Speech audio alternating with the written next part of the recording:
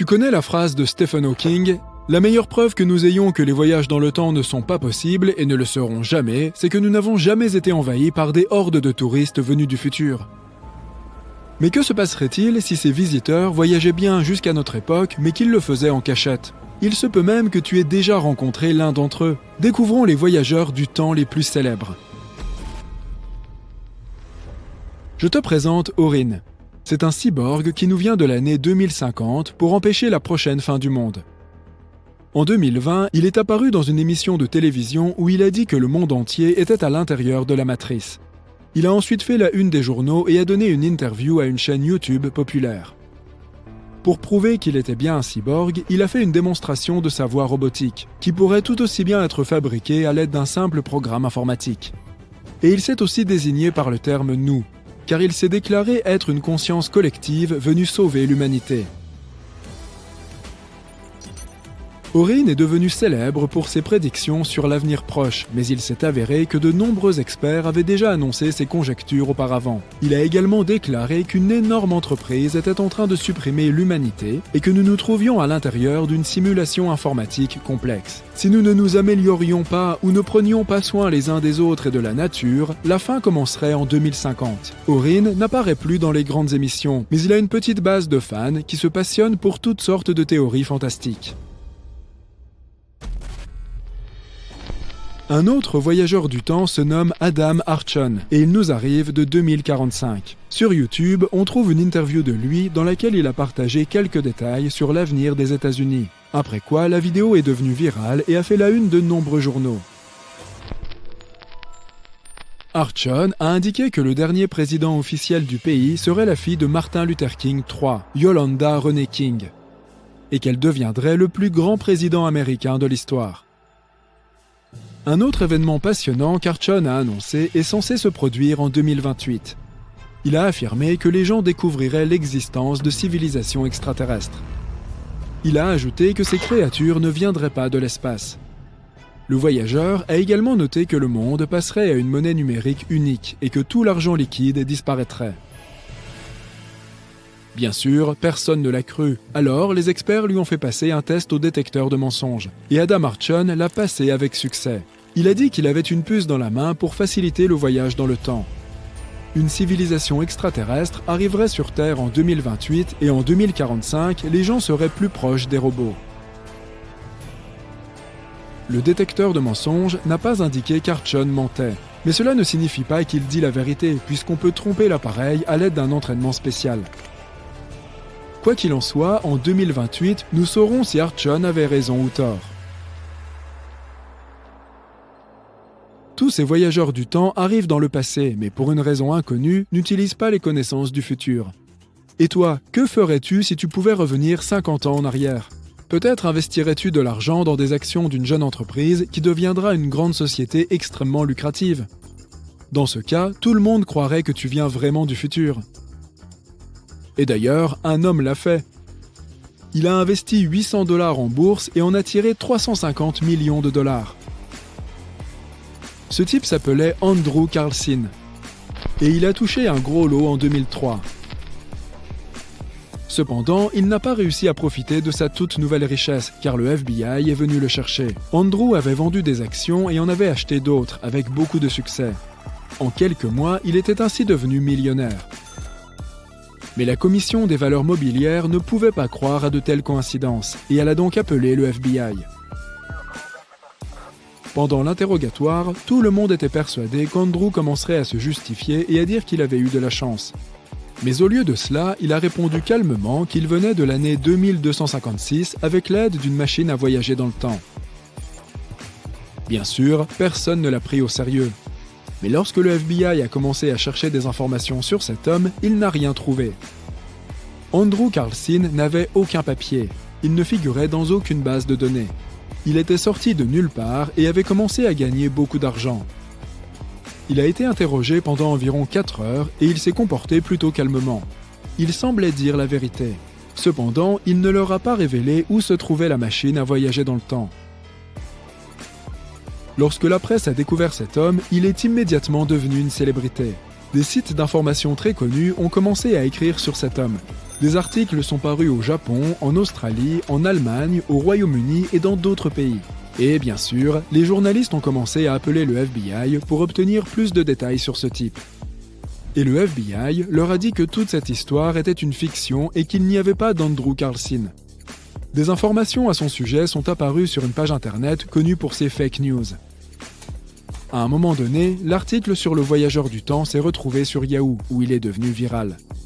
Ainsi, comme nous le voyons, toutes les déclarations sur les voyageurs dans le temps sont soit des fictions, soit des mensonges. Ce sujet des voyages dans le temps est apparu grâce à des films et des livres fantastiques qui le développaient. La culture populaire a beaucoup influencé ce concept et a créé plusieurs théories affirmant que le voyage dans le temps était réel. Et certaines personnes y croient vraiment, en particulier celles qui ne sont pas du tout scientifiques. Mais justement, qu'en pensent les pros? De tels voyages sont-ils vraiment impossibles? Essayons de le découvrir. Les scientifiques disent que oui, le voyage dans le temps est une réalité, car en fait, nous voyageons déjà dans le temps. Le temps avance et nous avec lui. Nous pouvons appeler cela un voyage. Mais si nous devons nous rendre dans le futur ou retourner dans le passé, tout devient beaucoup plus compliqué. Tu te souviens de la théorie de la relativité d'Einstein? Elle affirme que le temps se déplace par rapport à l'observateur et qu'il n'a pas de valeur constante. Pour mieux comprendre, voici un exemple simple. 10 cheveux sur ta tête. Est-ce beaucoup ou peu? 10 cheveux dans un bol de soupe. Est-ce beaucoup ou peu? Tout est donc relatif et dépend des conditions. La même chose se produit avec le temps et l'espace. Si nous nous déplaçons à une vitesse phénoménale, proche de la vitesse de la lumière, alors le temps ralentit pour nous.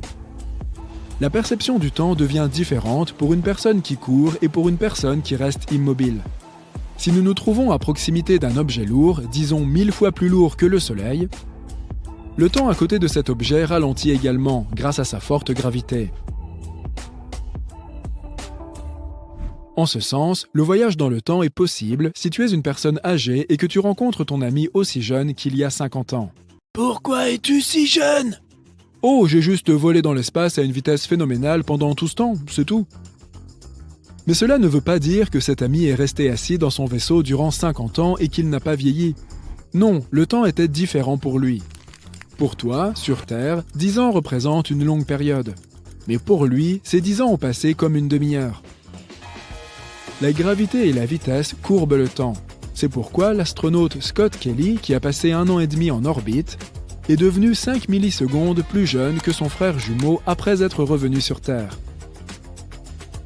Tout ce temps, Scott l'a passé à l'intérieur du vaisseau volant en orbite à grande vitesse et il était aussi plus éloigné du centre gravitationnel de la planète. Le temps a donc été plus lent pour lui de 5 millisecondes que pour son frère. Objectivement, le temps s'écoule toujours à la même vitesse, mais sa vitesse change à l'intérieur des perceptions des différents observateurs dans des conditions différentes. C'est même l'objet de la théorie de la relativité. Mais qu'en est-il du saut dans le futur ou le passé, comme dans les films? Les trous de verre t'aideront à le faire.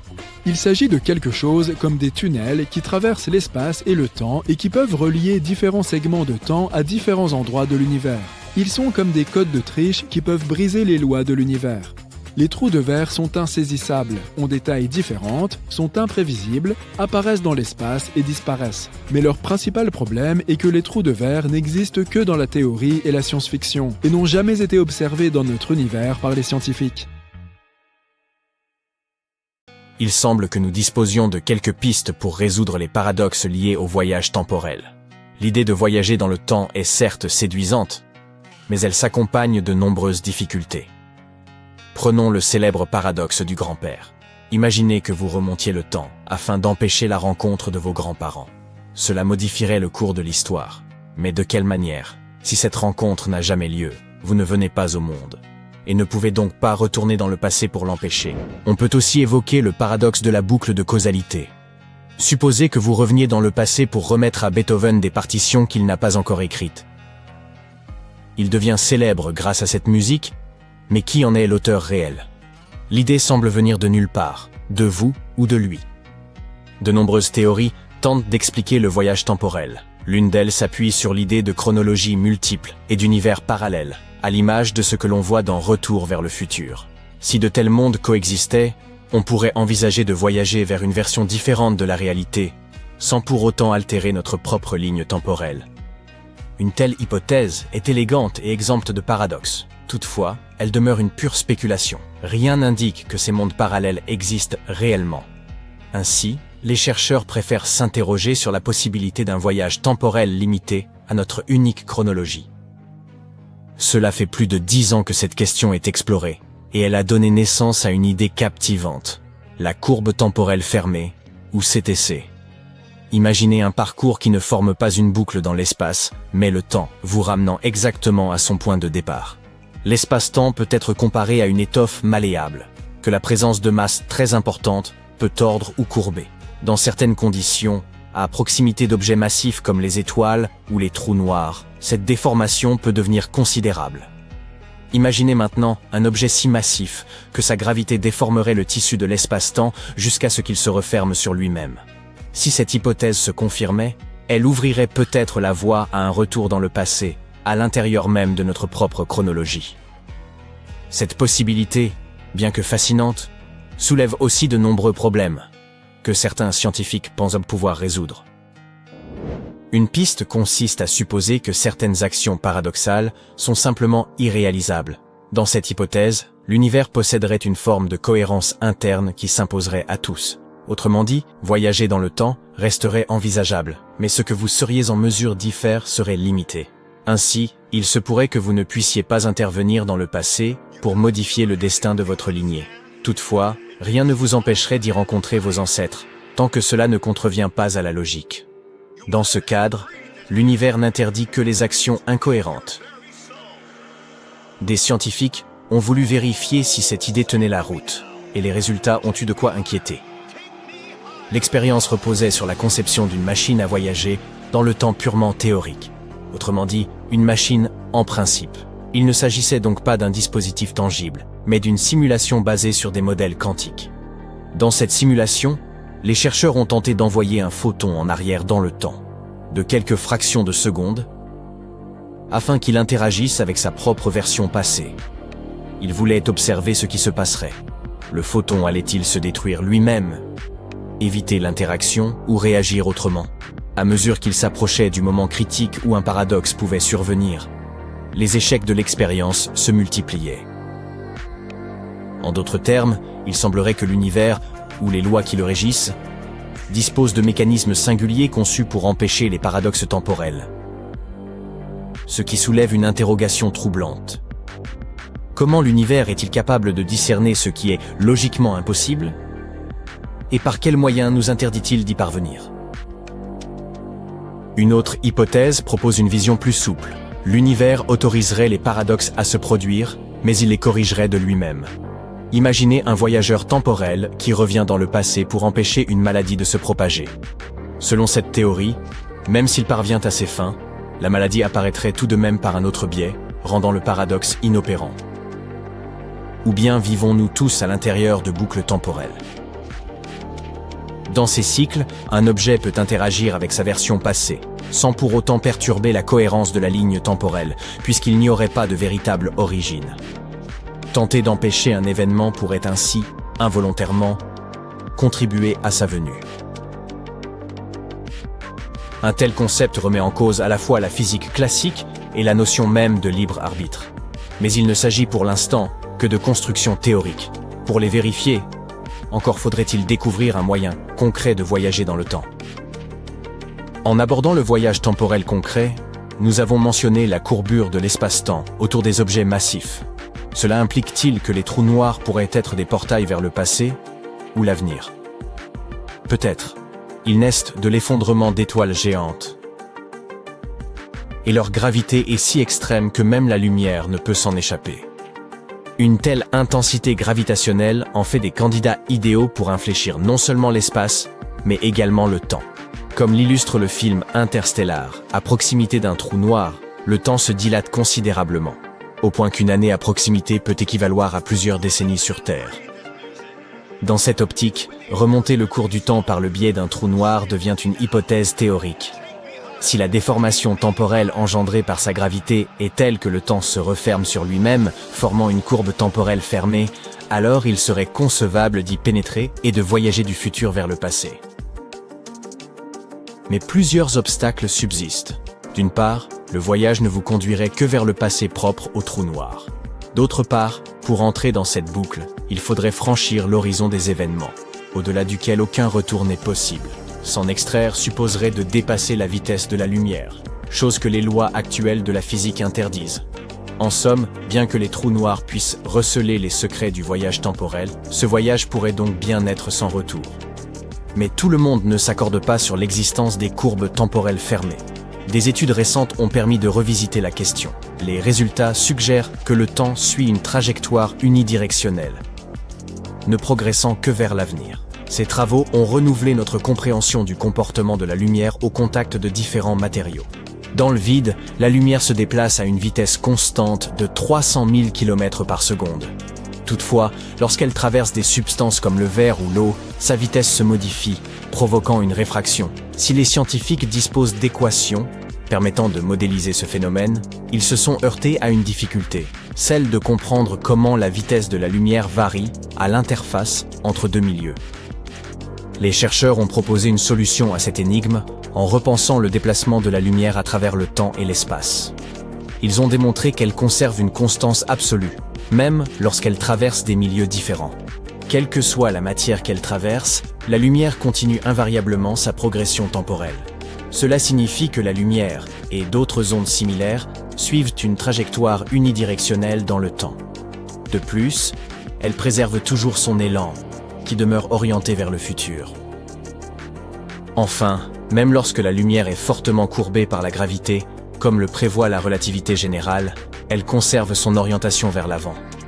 Elle peut ralentir au point de donner l'illusion d'un temps figé, mais elle ne reflue jamais. Ces conclusions remettent en cause notre compréhension du lien entre lumière et temporalité. Elles suggèrent que toutes les ondes sont soumises à une direction temporelle unique, rendant le retour en arrière impossible. Toutefois, les équations avancées n'ont été testées qu'en une seule dimension, et des expériences restent nécessaires pour en confirmer la validité.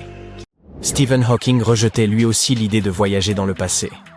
Il a proposé une théorie appelée la conjecture de protection chronologique, selon laquelle les lois de la physique empêchent le voyage temporel à grande échelle, même si des théories comme la relativité générale semblent l'autoriser. Selon lui, les courbes temporelles fermées ne peuvent tout simplement pas exister.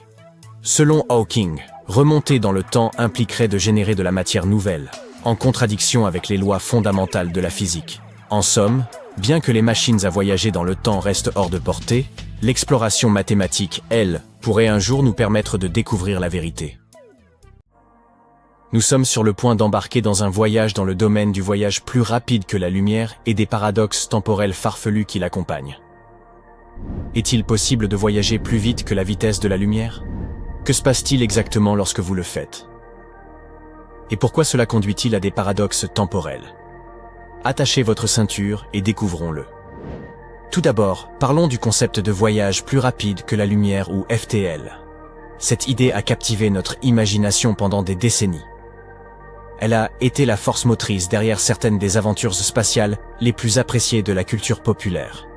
Pensez simplement à la série emblématique Star Trek, où l'USS Enterprise et son équipage explorent audacieusement des lieux où personne n'est encore allé grâce à leur technologie de propulsion à distorsion.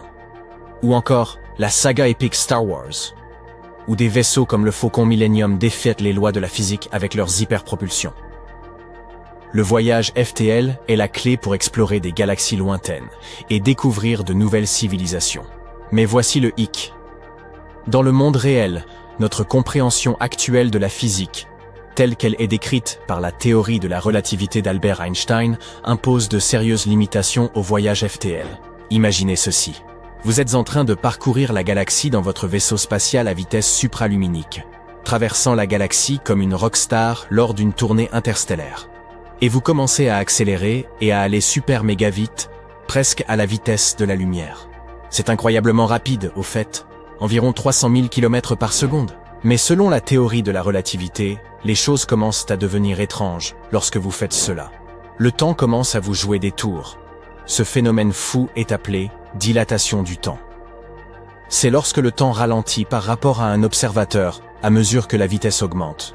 Plus vous allez vite, plus le temps semble passer lentement depuis votre perspective. Oui, vous avez bien entendu? En gros, le temps ralentit pour vous. Et bien que vous puissiez vivre seulement quelques minutes lors de votre voyage ultra rapide, sur Terre, des années pourraient s'être écoulées. Disons que vous avez un ami sur Terre qui attend patiemment votre retour. Pendant que vous explorez le cosmos à une vitesse vertigineuse, votre ami pourrait vieillir beaucoup plus que vous. Lorsque vous revenez enfin sur Terre, vous pourriez trouver qu'il est devenu un vieux sage avisé, alors que vous êtes encore aussi frais qu'une rose. Et voici la partie incroyable. La dilatation temporelle a réellement été prouvée. Ce n'est pas seulement de la science-fiction, contrairement au voyage plus rapide que la lumière. Les scientifiques ont observé des effets de dilatation temporelle avec des particules ultra rapides traversant des accélérateurs de particules. Nous rencontrons ce concept bien plus souvent que vous ne le pensez. Il est crucial dans notre vie quotidienne, surtout lorsqu'il s'agit de nos fidèles systèmes GPS. Ces satellites hauts dans le ciel tournent autour de la Terre à des vitesses folles, et devinez quoi? Leurs horloges avancent juste un tout petit peu plus lentement que les nôtres ici-bas. Donc, pour s'assurer que votre GPS puisse vous guider vers ce restaurant branché en centre-ville, les scientifiques doivent prendre en compte la dilatation du temps. C'est comme une équation secrète de voyage dans le temps en coulisses. Mais pourquoi cela arrive-t-il? Eh bien, selon Einstein, à mesure que vous vous déplacez de plus en plus rapidement, la trame de l'espace-temps elle-même se tord et se déforme. Imaginez que vous êtes sur un trampoline et que vous placez une balle lourde au milieu. Le trampoline s'étire et crée une dépression, non? De la même manière, la théorie d'Einstein nous dit que lorsque vous vous déplacez très rapidement, comme en fonçant à travers l'espace, vous créez une déformation dans le tissu de l'espace et du temps. Oui, vous êtes comme une balle très lourde. Et le tissu de l'espace-temps lui-même se tord et se déforme, tout comme le trampoline. Mais voici le hic. La théorie de la relativité nous dit aussi que lorsque vous vous approchez de la vitesse de la lumière, la quantité d'énergie nécessaire pour continuer à accélérer augmente de façon spectaculaire. C'est comme essayer de pousser cette boule lourde sur le trampoline indéchirable de plus en plus fort, cela devient de plus en plus difficile. De plus, à mesure que vous vous rapprochez de la vitesse de la lumière, votre masse semble augmenter. C'est donc comme devenir une balle encore plus lourde sur le trampoline. Et bien sûr, cela rendrait l'accélération encore plus difficile. C'est pourquoi, selon Einstein, la vitesse de la lumière est la limite de vitesse ultime. C'est comme une barrière cosmique que rien de massique ne peut dépasser. Mais ça ne fait jamais de mal d'essayer, n'est-ce pas? Alors amusons-nous un peu. Alors, pourquoi la dilatation du temps est-elle si importante lorsque nous parlons de voyages plus rapides que la lumière? Eh bien, si jamais nous trouvons un moyen d'aller plus vite que la lumière, ce phénomène entrerait en jeu de manière significative. Il commencera à nous causer des problèmes en créant des paradoxes temporels. Le paradoxe temporel est comme une devinette cosmique. Imaginez que vous tombiez sur une machine à voyager dans le temps et décidiez de remonter le temps. Vous arrivez à un moment de l'histoire où vous rencontrez vous-même. C'est comme se regarder dans un miroir, mais au lieu de votre reflet, vous voyez votre propre moi passer vous fixer droit dans les yeux. Maintenant, c'est ici que les choses deviennent floues. Vous décidez de taper dans la main de votre vous du passé. Mais attendez une minute. Si vous tapez dans la main de votre vous du passé, qui a initié le geste en premier lieu? C'est une boucle époustouflante qui semble défier le concept même de cause et effet. Bienvenue dans le monde magique d'un paradoxe temporel. C'est fondamentalement une situation compliquée où la cause et l'effet d'un événement deviennent tout embrouillés. Un des paradoxes temporels les plus célèbres est le paradoxe du grand-père. Imaginez que vous décidiez d'utiliser votre machine à remonter le temps pour retourner dans le passé et que vous empêchiez accidentellement vos propres grands-parents de se rencontrer. En conséquence, vos parents ne naissent jamais, ce qui signifie que vous ne pouvez pas exister. Mais si vous n'existez pas, comment auriez-vous pu remonter le temps pour empêcher la rencontre de vos grands-parents en premier lieu? C'est comme un puzzle cosmique dont les pièces ne s'emboîtent tout simplement pas. Il existe aussi le paradoxe de la bootstrap. Imaginez que vous voyagez dans le temps et que vous décidiez de donner à Beethoven ses propres compositions avant même qu'il ne les écrive. Il devient célèbre pour cette œuvre musicale même, mais d'où vient-elle réellement? L'avez-vous composée ou l'avez-vous reçue de Beethoven? C'est une question d'origine vertigineuse qui vous laisse perplexe. Les paradoxes temporels défient notre compréhension de la cause et de l'effet et taquinent nos esprits logiques. Ils nous font remettre en question la nature même du temps. Alors, pourquoi le voyage plus rapide que la lumière mène-t-il à des paradoxes temporels? Eh bien, si nous pouvions d'une manière ou d'une autre voyager plus vite que la lumière, nous briserions effectivement la limite de vitesse cosmique et violerions les lois de la physique telles que nous les comprenons actuellement. Cela ouvre, pour ainsi dire, une boîte de Pandore temporelle. Il est maintenant important de se rappeler que le consensus scientifique actuel est que le voyage à une vitesse supérieure à celle de la lumière est hautement improbable. Du moins, basé sur notre compréhension actuelle de la physique. La théorie de la relativité a été testée de manière approfondie et s'est avérée très solide. Elle a fourni des prédictions précises et des explications pour presque tout. Presque. Cela ne signifie pas que nous devrions arrêter d'explorer le concept du voyage FTL ou de rêver aux possibilités qu'il offre. La science-fiction a toujours été un terrain de jeu où nous pouvons étendre notre imagination et inspirer les avancées scientifiques futures. Alors, mes chers amis, plongeons de manière amusante et simple dans les implications réelles du voyage FTL. Dépasser la limite de la vitesse de la lumière signifie filer à travers le cosmos plus rapidement que quoi que ce soit.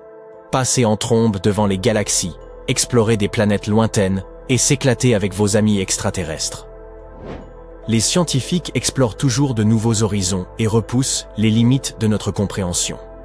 Ils imaginent constamment de nouvelles théories et concepts pour expliquer les mystères de l'univers. Alors, ont-ils des idées sur comment dépasser la vitesse de la lumière? En réalité, ils en ont et... Par exemple, une idée fascinante est le concept de trou de verre. Ce sont comme des raccourcis qui pourraient potentiellement relier différentes parties de l'univers.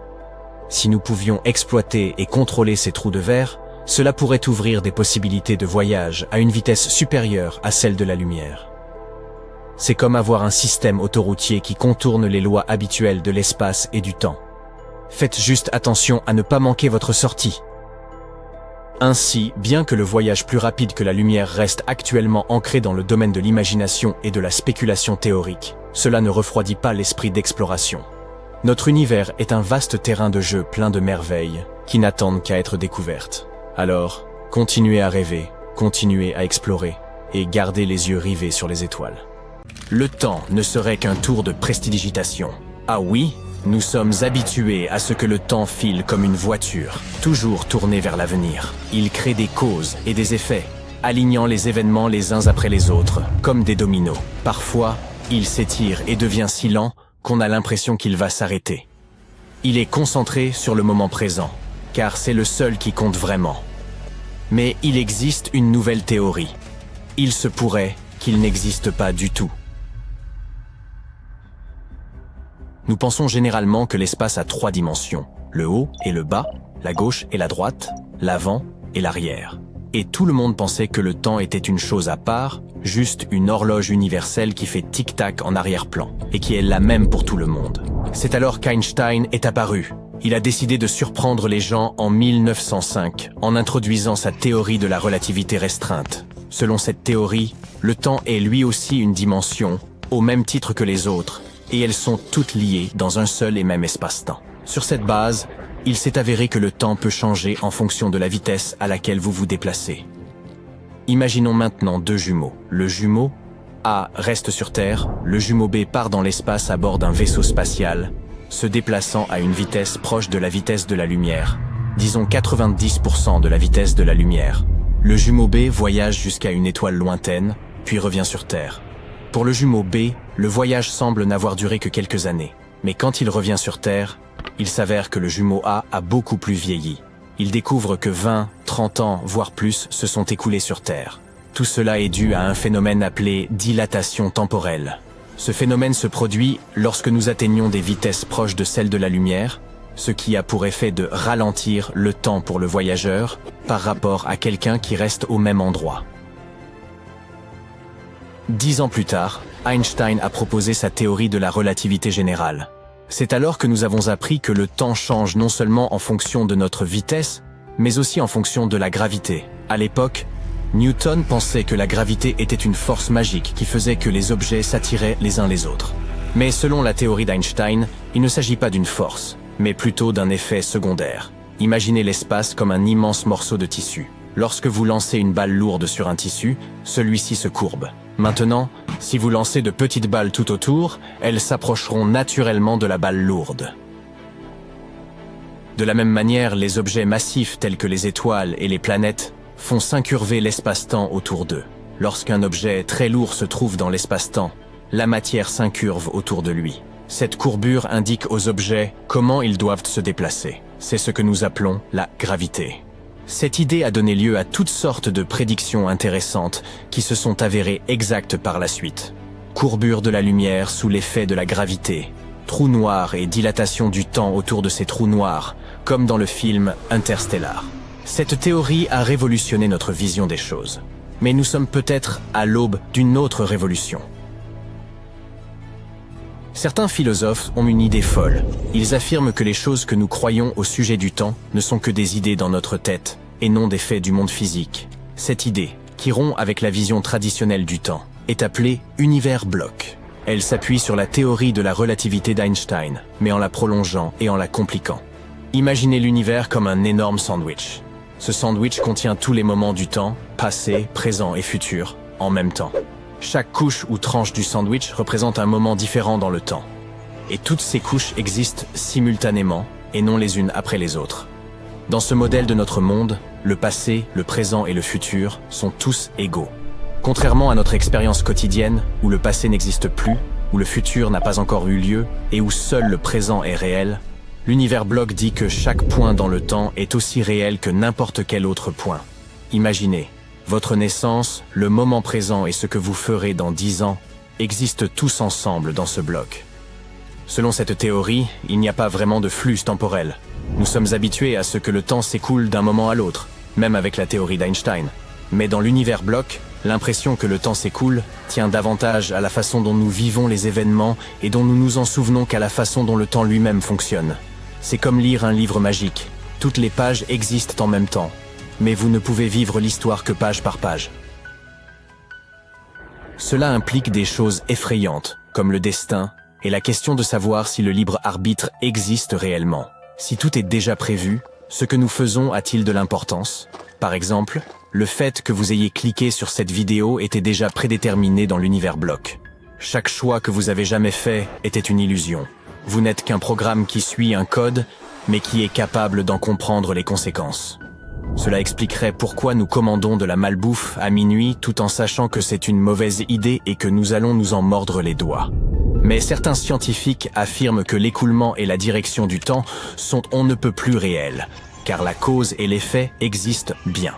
Si votre naissance, votre moment présent et votre futur grisonnant existaient tous en même temps, vous seriez en mesure de visiter votre passé à tout moment et sauriez déjà à quoi ressemble votre avenir. Il se pourrait donc que tout ce débat porte en réalité simplement sur la manière dont nous reconstituons nos histoires passées et non sur la preuve improbable que l'avenir est déjà tout fait.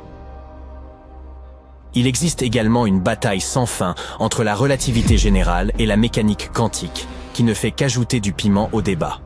D'un côté, la relativité générale joue avec le temps, comme s'il s'agissait d'une pâte à modeler extensible. L'écoulement du temps peut s'étirer ou se comprimer en fonction de la vitesse ou de la gravité. D'autre part, en mécanique quantique, le temps n'est pas quelque chose qui peut être manipulé ou modifié. C'est une scène permanente sur laquelle agissent les particules et les forces de l'univers.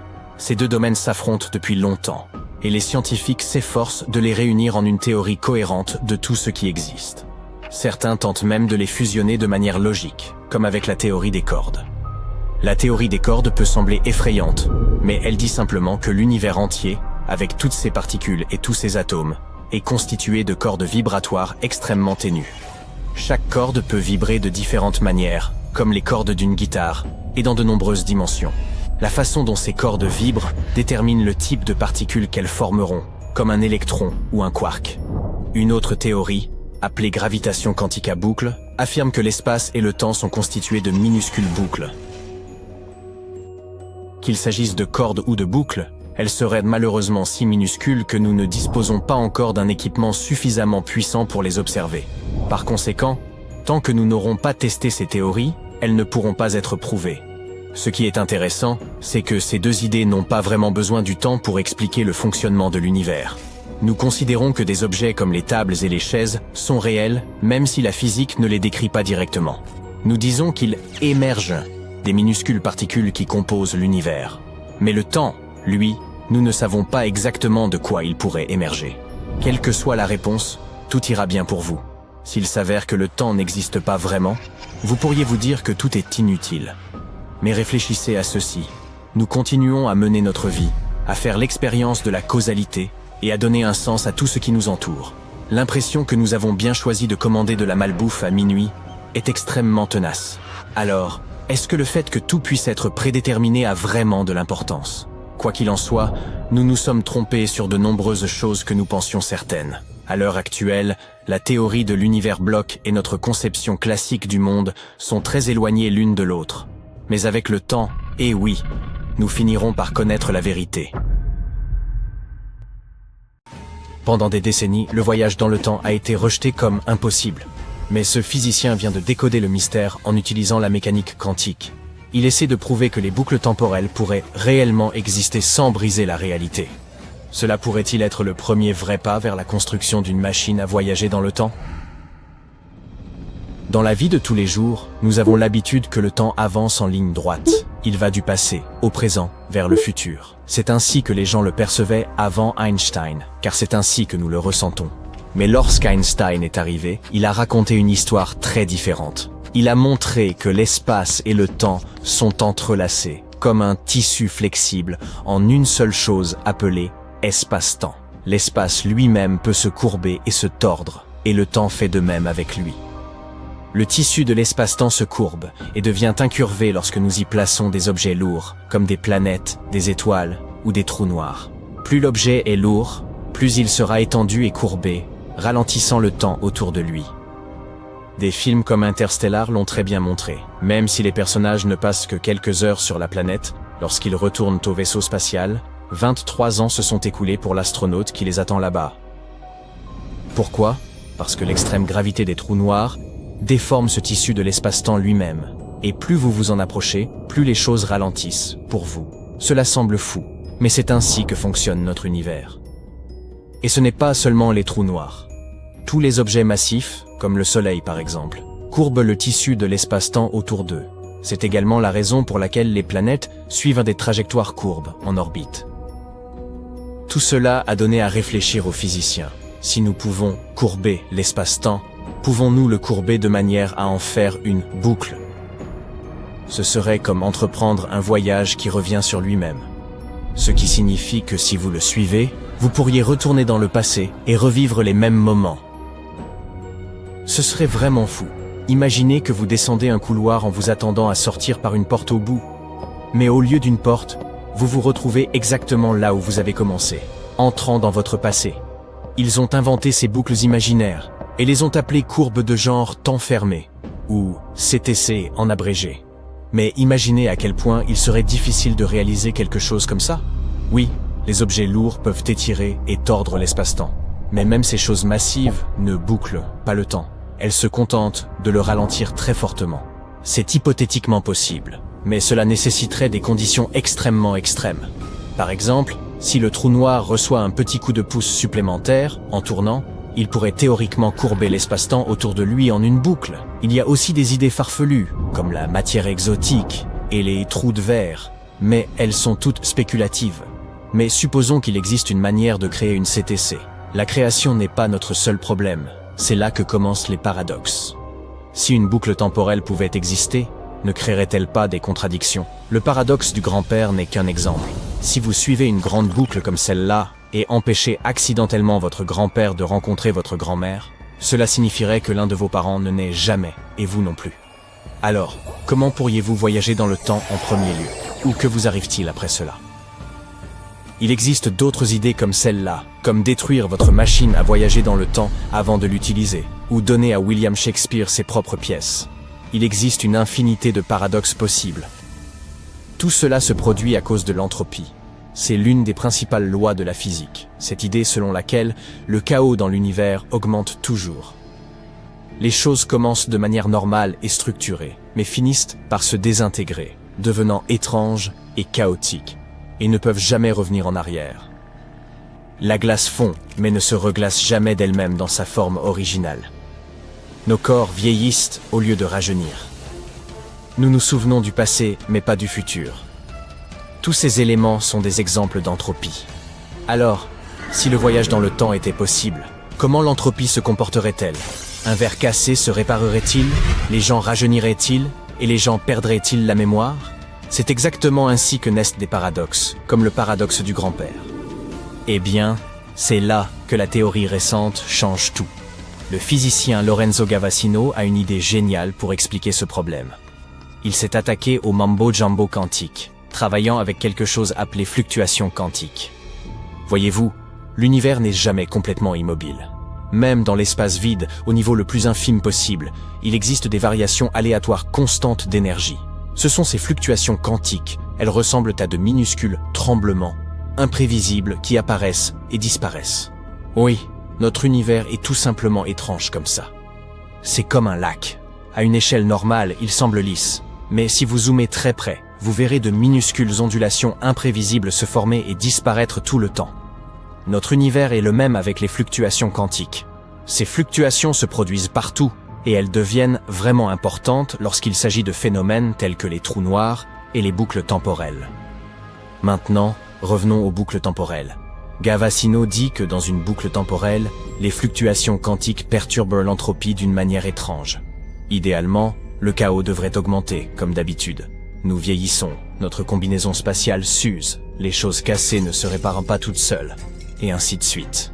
Mais il semble que, au lieu d'augmenter constamment, le chaos dans une boucle temporelle peut diminuer de manière aléatoire. Cela signifie que des choses qui devraient être irréversibles, comme le vieillissement ou la rupture de quelque chose, pourraient en fait se renverser. Donc oui, si vous essayez de faire quelque chose de fou pendant un voyage dans le temps, ça ne fonctionnera pas vraiment. Si vous essayez d'empêcher votre grand-père de devenir votre grand-père, l'univers pourrait inverser ce changement, faisant comme si cela ne s'était jamais produit. Si vous voyagez dans le passé, vos souvenirs pourraient disparaître, ce qui signifie que vous ne souviendriez pas du futur d'où vous venez. Et si vous essayez de briser la causalité, l'univers pourrait simplement éliminer la contradiction. Le temps trouverait toujours un moyen de se corriger, évitant ainsi les paradoxes. Les scientifiques le soupçonnèrent depuis un certain temps déjà.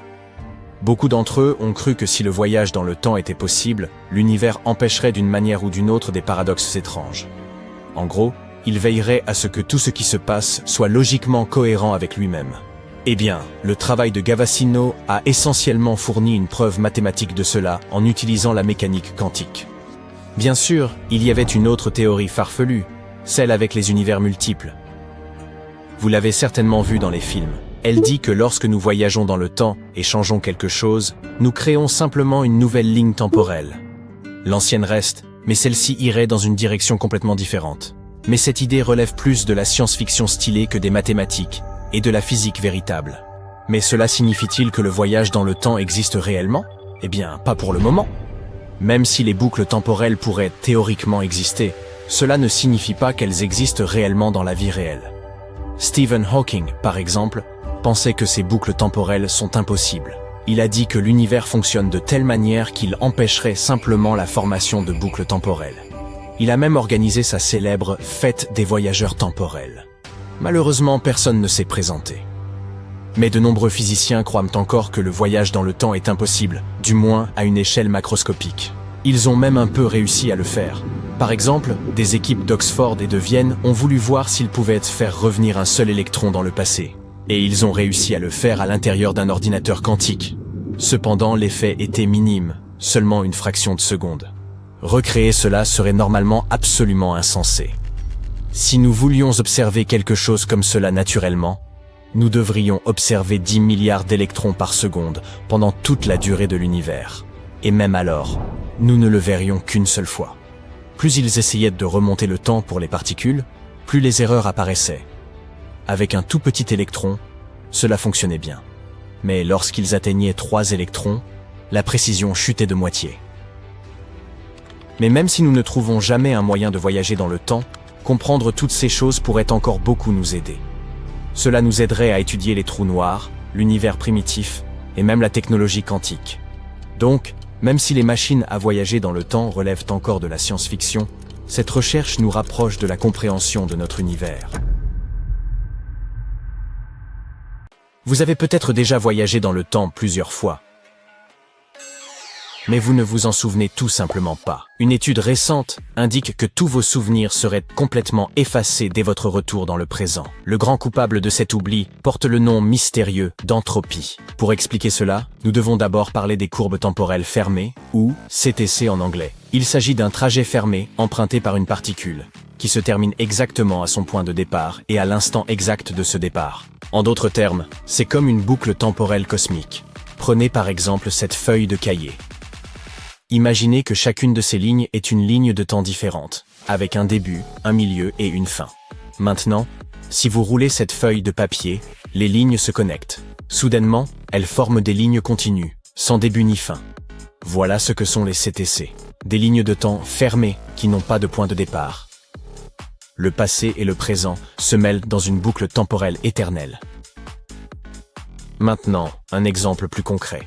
Vous vous promenez dans un parc. Une femme passe en courant près de vous, et un chien se met à aboyer. Vous continuez à marcher, mais alors, tiens donc! Vous vous rendez compte que vous êtes revenu exactement à l'endroit où vous avez commencé. La femme repasse en courant, et le chien aboie une nouvelle fois. Mais voilà le truc. Ce n'est pas seulement que vous êtes revenu au point de départ physique de votre promenade. Dans une courbe temporelle fermée, vous retracez non seulement vos pas, mais chaque seconde de la réalité elle-même. Bien, maintenant pensez aux grands moments de votre vie, votre naissance, l'obtention de votre diplôme universitaire, votre mariage. Si tous ces événements font partie d'une grande boucle temporelle, cela signifie que le voyage dans le temps est possible. Cela semble fou, mais il y a un concept derrière ce phénomène, le principe de cohérence. Selon lui, les voyageurs du temps ne peuvent pas créer de paradoxe temporel. Le voyage dans le temps, en effet, ne peut pas simplement consister en un chaos complètement fou, comme dans le scénario de l'effet papillon. Même si vous vous rendez dans le passé, les événements de votre vie doivent encore s'assembler d'une manière qui fait sens et qui correspond à ce que nous savons déjà aujourd'hui. Je m'explique. Mettons que vous retourniez dans le temps pour empêcher votre mère de rencontrer votre père. Voici le problème. S'ils ne se rencontrent pas, alors vous ne pouvez pas exister. Et si vous n'existez pas, alors comment pouvez-vous entrer dans la machine et partir à l'aventure dans le passé? C'est ce qu'on appelle un paradoxe temporel. C'est la raison pour laquelle le voyage dans le temps ne peut fonctionner que dans ces courbes temporelles fermées. Peu importe ce que vous faites, le passé, le présent et le futur sont verrouillés. Ils se dérouleront toujours de la même manière. C'est une boucle. Bien, vous comprenez maintenant ce que sont les CTC et pourquoi elles sont nécessaires pour que le voyage dans le temps soit cohérent. Nous pouvons à présent aborder le sujet de l'entropie. Ce phénomène est probablement la raison pour laquelle vous perdriez la mémoire après un voyage dans le passé. L'entropie est une façon de parler du désordre, du chaos ou du hasard dans un système.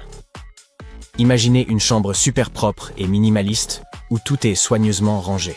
Tout est en ordre, bas niveau d'entropie. Mais ensuite, imaginez qu'un adolescent désordonné emménage. Chaque jour, des vêtements, des livres et des objets en tout genre s'éparpillent dans la pièce.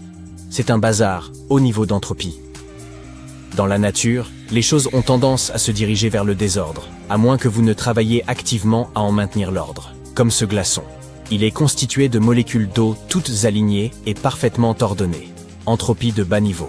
Mais si vous sortez ce cube de glace de votre congélateur, il se mettra à fondre. Vous voyez à quel point la flaque est un désordre. Comparé au glaçon, les molécules d'eau y sont disposées de nombreuses façons différentes. Elles sont désordonnées, arrangées au hasard. L'entropie y est plus élevée. Et si nous appliquons cette idée au voyage dans le temps à l'intérieur d'une CTC, la boucle temporelle fermée, les choses deviennent encore plus fascinantes.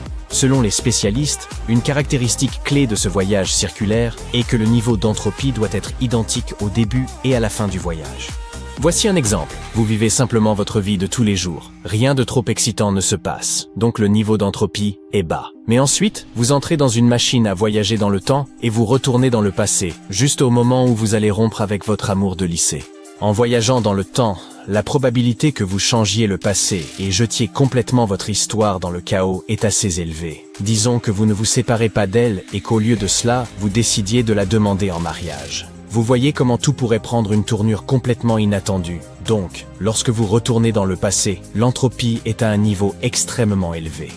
Vous arrivez maintenant au moment précis où vous êtes sur le point de parler à votre amour de jeunesse. À ce stade, l'entropie est à son apogée. Vous êtes sur le point de vous agenouiller, de lui montrer votre bague de fiançailles, lorsque, le principe de cohérence débarque et il jette un seau d'eau froide sur ce projet romantique. Rappelez-vous, dans une courbe temporelle fermée, rien ne peut modifier de manière significative la réalité du présent. Les changements qu'un voyageur temporel fait dans le passé ne peuvent causer aucun paradoxe historique. Donc, faites-vous une raison, vous ne finirez jamais avec votre amour de jeunesse. Vous décidez de remonter dans votre machine à voyager dans le temps et de revenir dans le présent. Vous retournez à votre routine, votre travail et, oui, votre vie de célibataire. Après avoir bouclé la boucle, votre ligne temporelle est de nouveau en ordre. Le niveau d'entropie est à nouveau très bas, comme il l'était au début de votre voyage. C'est un peu comme si vous aviez réinitialisé le système. Et c'est l'effet secondaire de toute cette aventure. Appuyez sur le bouton Reset effacerait probablement tous vos souvenirs de votre voyage au moment de votre retour dans le présent. Contrairement au film, un voyageur dans le temps ne se souviendra de rien. Maintenant, dites-moi dans les commentaires, même si vous ne pouviez garder aucun souvenir de votre voyage dans le temps, partiriez-vous quand même faire un tour dans le passé? Je suppose que votre réponse sera oui, bien sûr. Ce serait aussi ma réponse. Après tout, nous pourrions apporter nos téléphones et prendre tout un tas de photos sympas pendant le voyage, n'est-ce pas? Eh bien non, c'est ici que les lois de la physique écrasent de nos espoirs. Encore une fois. La deuxième loi de la thermodynamique affirme que, dans un système isolé, l'entropie, ou le désordre, tend à augmenter au fil du temps. Et cela ne s'applique pas seulement aux humains, mais aussi aux objets inanimés. C'est pourquoi vous ne pouvez pas reconstituer un œuf brouillé, séparer le café du lait, ou emporter votre téléphone dans une machine à voyager dans le temps. Si un voyageur temporel stocke des données sur son smartphone durant son voyage, les experts estiment qu'elles seront probablement effacées une fois le voyage terminé. Toutes les vidéos, photos, pouf, envolées. Les machines ne fonctionneraient tout simplement pas comme il faut si nous voyagions dans le temps. Par exemple, disons que vous emportiez une montre analogique classique avec vous. Pour toutes les raisons que nous avons déjà abordées, lorsque vous revenez dans le présent, la montre devra afficher l'heure exacte du moment où vous êtes parti. Ces aiguilles doivent absolument se trouver dans la même position au début et à la fin du voyage. Mais il est probable que la fréquence et le nombre de tics et de tacs, au cours du voyage, soient différents. Et que cela cause de petits problèmes, car votre montre est conçue pour fonctionner de manière régulière. Quelque chose de similaire se produirait donc avec votre téléphone. Son système ne fonctionnerait probablement pas comme il faut. Toutes ces conséquences du voyage temporel ont été décrites dans l'étude d'un mathématicien en 2024. Sa théorie ne se prononce pas sur la possibilité ou l'impossibilité du voyage dans le temps. Elle se concentre sur les conditions strictes qui devraient être remplies. Du coup, on dirait bien qu'avoir une machine à voyager dans le temps chez soi ne soit pas aussi génial que ça. Au final, vous ne vous souviendriez de rien. Et vous finiriez probablement exactement là où vous avez commencé. Il semble qu'il y ait une lacune terrifiante dans notre compréhension de l'univers. Les scientifiques ont mesuré 2 fois la vitesse à laquelle l'univers s'étend. 2 méthodes, 2 mesures. Des réponses complètement différentes, et personne ne sait pourquoi. Alors qu'ils examinèrent de plus profondément cette question, une nouvelle idée incroyable émergea. Notre univers tout entier pourrait être en rotation. Si c'est vrai, alors tout ce que nous savons sur l'espace, le temps et sur la façon dont le monde finira en est bouleversé. Pour comprendre tout cela, nous devons parler de la façon dont notre univers s'étend. Comment le fait-il exactement? Et vers quoi? Ce phénomène a été remarqué il y a environ 100 ans. Pendant de nombreuses années, on a pensé que l'univers était éternel et immuable. Puis est venu Edwin Hubble. Il a observé l'univers à travers son télescope et il a compris, la lumière qui arrivait sur notre planète provenait de galaxies qui s'éloignaient de nous. Les galaxies n'étaient pas immobiles. L'univers tout entier était en mouvement. Et sa découverte est devenue l'une des plus révolutionnaires de l'histoire. Ce mouvement a commencé avec le Big Bang. C'est-à-dire il y a environ 13,8 milliards d'années. L'ensemble de l'univers, toute la matière, l'énergie, l'espace et le temps, a jailli à partir d'un point incroyablement chaud et dense. Cette explosion a émis une onde de choc et donné à toute chose et à toute particule une impulsion initiale. C'est ainsi qu'elles ont commencé à s'éloigner les unes des autres. Et elles ne se sont pas mises à dériver dans un espace ouvert. Non, elles ont elles-mêmes créé l'espace en dérivant. Imaginons que vous teniez un ballon dans vos mains. Vous y dessinez quelques points. Vous commencez à souffler dedans. Et le ballon devient de plus en plus gros. À mesure qu'il se dilate, chaque point sur sa surface s'éloigne de chaque autre point. Et en s'éloignant, par le fait même de s'éloigner, les points créent, en quelque sorte, l'espace que l'on voit apparaître entre eux. Ainsi, l'univers ne s'étend pas dans un espace mystérieux. L'espace lui-même n'existe qu'à l'intérieur de notre univers, né du mouvement même des points. Cette première impulsion du Big Bang fut si puissante que l'univers a commencé à s'étendre à une vitesse incroyable. C'est difficile à imaginer. C'est un peu comme si tout l'univers était sorti de nulle part en moins de temps qu'il n'en faut pour battre des paupières. Vous ne l'auriez même pas entendu, car il n'y a pas de son dans le vide. Il n'y aurait rien, puis vous cligneriez des yeux et boum, le monde serait partout. L'explosion fut si importante que l'univers continue encore aujourd'hui de s'étendre. Des milliards et des milliards d'années plus tard, l'espace continue de s'étirer, chaque point s'éloignant toujours plus. Et nous sommes nous aussi l'un de ces points. Nous avançons simplement à un rythme plus doux, en quelque sorte. Alors, quand nous avons compris que tout s'étendait, la question a été la suivante. À quelle vitesse? Eh bien, il s'avère que la vitesse de déplacement varie selon les galaxies. Nous avons remarqué que plus les choses sont proches de nous, plus elles s'éloignent lentement. Et plus une galaxie est éloignée, plus elle semble s'éloigner rapidement. Et puis elle bouge constamment. Nous disons, par exemple, cette galaxie se trouve à 100 mégaparsecs.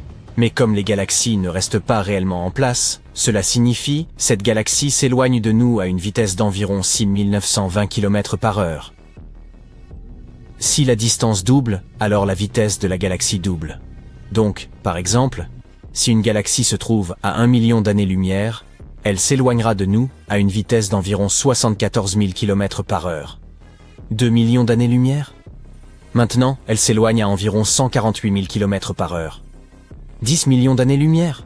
Presque 805 000 km/h. Les scientifiques ont appelé cela la loi de Hubble. La vitesse est égale à la constante de Hubble multipliée par la distance. Et la constante de Hubble est ce nombre magique que nous additionnons chaque fois que nous nous éloignons d'1 million d'années-lumière. Donc, la constante de Hubble est essentiellement le taux auquel l'expansion se produit. Mais il y avait un problème qui semblait minuscule au début, mais qui en réalité cachait une énorme catastrophe. Lorsque nous avons mesuré la constante de Hubble, en utilisant deux méthodes différentes, pour une raison ou pour une autre, nous avons obtenu des résultats différents. La première méthode consistait à la calculer en se basant sur ce que nous voyons autour de nous en ce moment, aujourd'hui, différentes étoiles, galaxies, leur lumière et leur luminosité. Pour certaines étoiles, la luminosité change de manière prévisible. Les immenses explosions d'étoiles, par exemple les supernovas, sont pour nous des sortes de phares cosmiques. Nous savons à quel point elles doivent briller et, grâce à cela, nous pouvons calculer leur distance et leur vitesse. Tout est clair et simple. Mais ensuite, les scientifiques ont essayé quelque chose de totalement différent. Ils utilisent souvent cette astuce. Pour comprendre comment l'univers primitif se comportait, ils créent une simulation des origines. C'est comme si vous créiez vos personnages dans les Sims, puis que vous les laissiez agir tout seuls, en espérant qu'ils se comportent de manière prévisible et ne se mettent pas à faire n'importe quoi. Nous pouvons imaginer à quoi ressemblait l'univers primitif, parce que nous pouvons encore détecter la faible lueur résiduelle du Big Bang. Nous disposons de télescopes ultra précis qui nous permettent de capter une lumière très ancienne, la toute première lumière, et les toutes premières traces d'énergie qui sont nées dans notre monde. Cette lueur résiduelle post-Big Bang remplit littéralement tout l'univers. Elle est simplement éparpillée partout, un peu comme des fossiles de dinosaures. Ainsi, en recueillant ces fossiles, nous pouvons recréer le dinosaure tout entier. Et lorsque nous avons mesuré ce que la constante de Hubble devrait être en fonction de la façon dont notre univers a commencé, nous avons obtenu un chiffre différent. Cela ne semblait pas être un gros problème au départ. D'après ce que nous observons aujourd'hui, tous les 3 millions d'années-lumière, les choses accélèrent d'environ 64 km par seconde. Mais d'après ce que nous savons sur la manière dont notre univers est censé se développer, ce chiffre devrait être d'environ 72 km par seconde. Donc une petite différence d'environ 8 km par seconde, c'est ça? Mais en cosmologie, c'est un véritable problème. Les marges d'erreur ont tellement baissé qu'on ne peut plus s'exclamer « Bon allez les gars, on va dire que c'est bon ». Non, on s'arrache les cheveux chez les astrophysiciens. Les scientifiques ont appelé ça la tension de Hubble. C'est une grosse différence entre deux mesures super précises, basées sur des méthodes différentes. Lorsque les deux mesures semblent être tout aussi correctes, imaginez que vous utilisiez deux horloges ultra précises pour vérifier la vitesse à laquelle un athlète parcourt une certaine distance, et qu'à la fin, l'une des horloges vous indique 10 secondes, tandis que l'autre indique 11 secondes. Qu'est-ce que ça peut bien vouloir dire? C'est terrifiant. Ces deux chiffres devraient me correspondre, et comme ce n'est pas le cas, alors l'une des trois choses suivantes doit être vraie. D'abord, il se peut qu'une des mesures soit erronée, ce qui est très peu probable, car les deux méthodes utilisées sont extrêmement fiables. Ensuite, peut-être qu'il y a une erreur dans notre interprétation, mais cela aussi est peu probable, car de nombreux scientifiques obtiennent les mêmes résultats, et s'accordent à dire que la tension est réelle. Et enfin, l'option la plus effrayante, notre modèle complet de l'univers porte en lui une lacune. C'est pour cette raison que les scientifiques sont si bouleversés. Et il s'avère qu'ils ont une bonne raison de l'être. Récemment, une nouvelle équipe de recherche à Hawaï a proposé quelque chose de fou. Et si l'univers tournait très lentement? Si c'est le cas, ce serait absolument insensé. Voici pourquoi. Premièrement, si l'univers est en rotation, même très lentement, cela signifie que les lois de la physique sont légèrement différentes selon l'endroit où vous vous trouvez ou la direction vers où vous regardez. Cela démolit l'une de nos idées les plus sacrées en physique, que l'espace est identique dans toutes les directions. Deuxièmement, cela pourrait signifier que nous avons mal compris l'histoire cosmique depuis le début. Peut-être que nous ne savons pas réellement à quelle vitesse l'univers s'étend, quand il est né, ni ce qu'est l'énergie sombre. Ce serait une énorme catastrophe. Et enfin, le plus terrifiant. Si l'univers tourne, il doit bien tourner autour de quelque chose, n'est-ce pas? S'il y a un axe ou une rotation cosmique, alors il doit y avoir une direction privilégiée. Quelque chose comme un nord cosmique. Nous pensions qu'il n'y avait aucun endroit spécial dans l'univers, mais nous nous sommes peut-être trompés. Peut-être qu'un tel endroit existe après tout. C'est comme de découvrir soudain que la réalité elle-même n'était pas exactement ce que nous croyions. Nous nous trouvons donc à un moment à la fois excitant et effrayant de notre histoire cosmologique. Soit nous découvrirons de nouvelles lois, et peut-être quelque chose sur l'énergie sombre, soit nous trouverons une erreur subtile dans l'une de nos mesures. Ou, qui sait, peut-être que quelque chose de totalement inattendu nous sautera au visage. Quoi qu'il en soit, résoudre la tension de Hubble pourrait révolutionner notre compréhension de l'origine et de la structure de l'univers, ainsi que de notre place en son sein.